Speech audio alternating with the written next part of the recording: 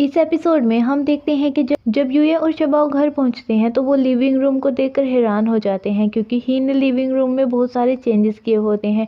उसने टॉयज और शबाओ की बनाई हुई ड्राइंग से लिविंग रूम को डेकोरेट किया होता है, जिसे देखकर वो दोनों खुश हो जाते हैं। ही उन्हें डिनर के लिए बुलाता है। यूए देखते हैं कि वहाँ पर एक नई राउंड टेबल है। ही का मानना होता है कि राउंड टेबल फैमिली मेंबर्स को और ज्यादा करीब ले आती है। इसके बाद वो सभी खाना खाते हैं और शबाओ अपने डैड में इतने सारे चेंजेस देखकर काफी ज्यादा खुश होता है। उधर रुई एक लग्जरियस रेस्टोरेंट में जाती है, तभी वैनगो वहां पर आकर वायलिन प्ले करता है। वैनगो रुई के साथ बहुत ही अच्छे से पेश आता है और उसे इम्प्रेस करने में लगा होता है। तब रुई उससे कहती है कि तुम्हारे पीछे बैठा हुआ फोटोग्राफर वो तुम्हारा ही आदमी है, राइट? वैनगो कहता है कि क्या तुम मजाक कर रही हो, मैं उसे क्यों बुलाऊंगा? तब रुई कहती है क्योंकि तुम हमारी फोटोज चेयरमैन वैन को दिखाना चाहते हो, ताकि मैं उनकी नज़रों में गलत साबित हो जाऊं और वो मुझे जॉब से निकाल दे और तुम पर कोई भी नज़र ना रख पाए। वैनगो कहता है कि ये सच नहीं है, मैं सच में तुमसे प्यार करता हूँ, लेकिन रुई उसकी बात पर विश्वास नहीं करती।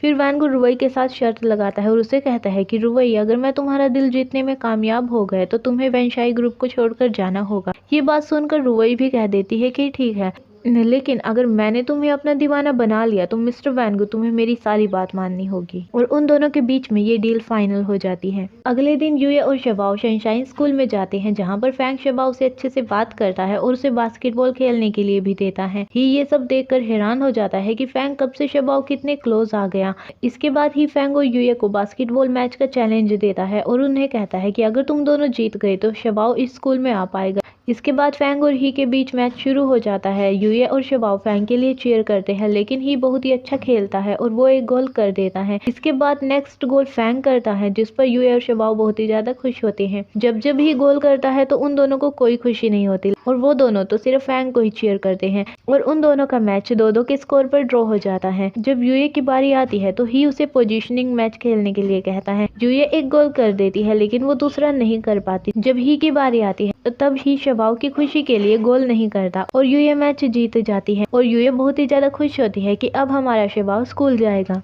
यूए शबाओ को स्कूल में यूज होने वाली सभी चीजों के बारे में अच्छे से बताती है। यूए शबाओ को समझाते हुए कहती है कि अगर किसी बच्चे को तुम्हारी जरूरत हो तो उसकी मदद जरूर करना। उधर ही शबाओ के लिए एक बैग तैयार कर रहा होता है ताकि शबाओ स्कूल में सेफ रहे। ही उस बैग को तैयार करने के लिए काफी ज्यादा इलेक्ट्रॉनिक्स गैजेट की यूज करता है। इसके बाद ही शबाओ और यूए को वो बैग दिखाते हुए कहता है कि मैंने इस बैग में कैमरा, रेंज फाइंडर, जीपीएस और इमरजेंसी बटन भी लगाया हुआ है। ये सब सुनकर यूए कहती है कि शबाओ स्कूल में जा रहा है, जंग लड़ने के लिए नहीं। इससे अच्छा तो तुम उसके लिए एक रोबोट ही क्यों नहीं बना देते। ही यूए की बात को सीरियस ले लेता है और कहता है कि अगर जरूरत पड़ी तो मैं शबाओ के लिए गार्ड्स भी अरेंज कर दूंगा।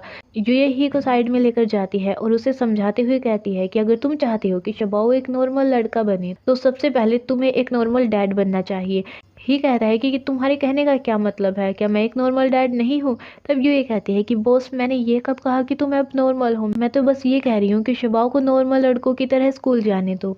अगले दिन वो दोनों शबाओ को स्कूल लेकर जाते हैं, लेकिन शबाओ अंदर जाने से डर रहा होता है। एक टीचर शबाओ के पास आकर कहती है कि गुड बाय कहने के लिए शबाओ अपने डैड को किस करेगा, उसके डैड उसकी मम्मा को और फिर शबाओ की मम्मा शबाओ को। ऐसा करने से फैमिली हमेशा साथ रहेगी। ये बात सुनकर शबाओ यूए को किस कर देता है। तब टीचर कहती है कि अब शबाओ की मम्मा की टर्न है कि वो डैड को किस करे, लेकिन ही मना कर देता है और शबाओ भी देख रहा होता है कि वो दोनों किस कब करेंगे।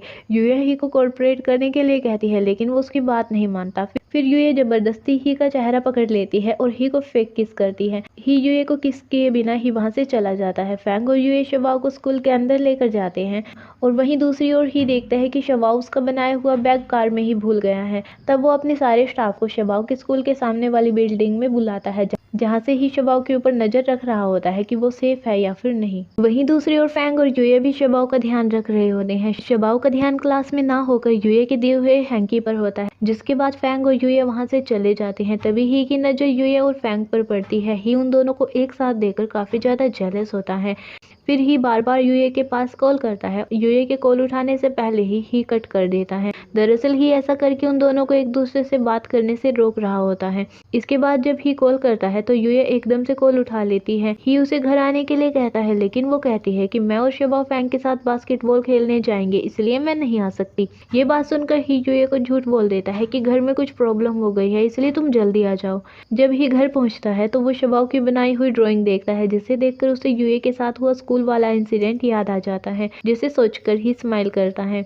इधर यूए भी हड़बड़ी में भागी हुई आती है। ही को आराम से बैठा हुआ देखकर यूए गुस्से में आकर उससे पूछती है कि तुम्हें क्या हुआ है। ही यूए को कहता है कि मुझे भूख लगी है, इसलिए जो सी फूड नूडल्स तुमने शबाओ के लिए बनाए हुए थे वो भी मुझे खाने हैं। ही की बात सुनकर यूए कहती है कि तुमने इतने छोटे से काम के लिए मुझे बुलाया है। तब ही कहता है कि तुम्हें ये छोटा काम लग रहा है, तुम्हें पता है कि मैं एक मामूली आदमी नहीं हूँ, मैं हिशाई ग्रुप का CEO हूँ और अगर मैं भूखा रहूंगा तो मैं अच्छे से काम नहीं कर पाऊंगा और अगर मैंने पूरा काम नहीं किया तो मेरी कंपनी को लॉस होगा, जिससे मेरे एम्प्लॉयज को भी लॉस होगा। ही की बात सुनकर यूए कहती है कि ठीक है, मैं नूडल्स बना दूंगी, लेकिन अगर तुम नूडल्स नहीं खा पाए तो मिस्टर ही तुम बड़ी मुश्किल में पड़ जाओगे। यूए ही को नूडल्स बनाकर देती है। यूए कहती है कि अगर तुम 15 मिनट के अंदर ये नूडल्स नहीं खा पाए तो ये सारे खराब हो जाएंगे। ये बात सुनकर ही यूए से चॉपस्टिक्स मांगता है तो वो उसे नहीं देती और उसे ऐसे ही नूडल्स खाने के लिए कहती है। इसके बाद ही यूए के पास आकर उसे चॉपस्टिक्स लेने की कोशिश करता है। ही यूए के काफी क्लोज आ जाता है और वो यूए का हाथ भी पकड़ लेता है, जिससे यूए काफी ज्यादा नर्वस हो जाती है।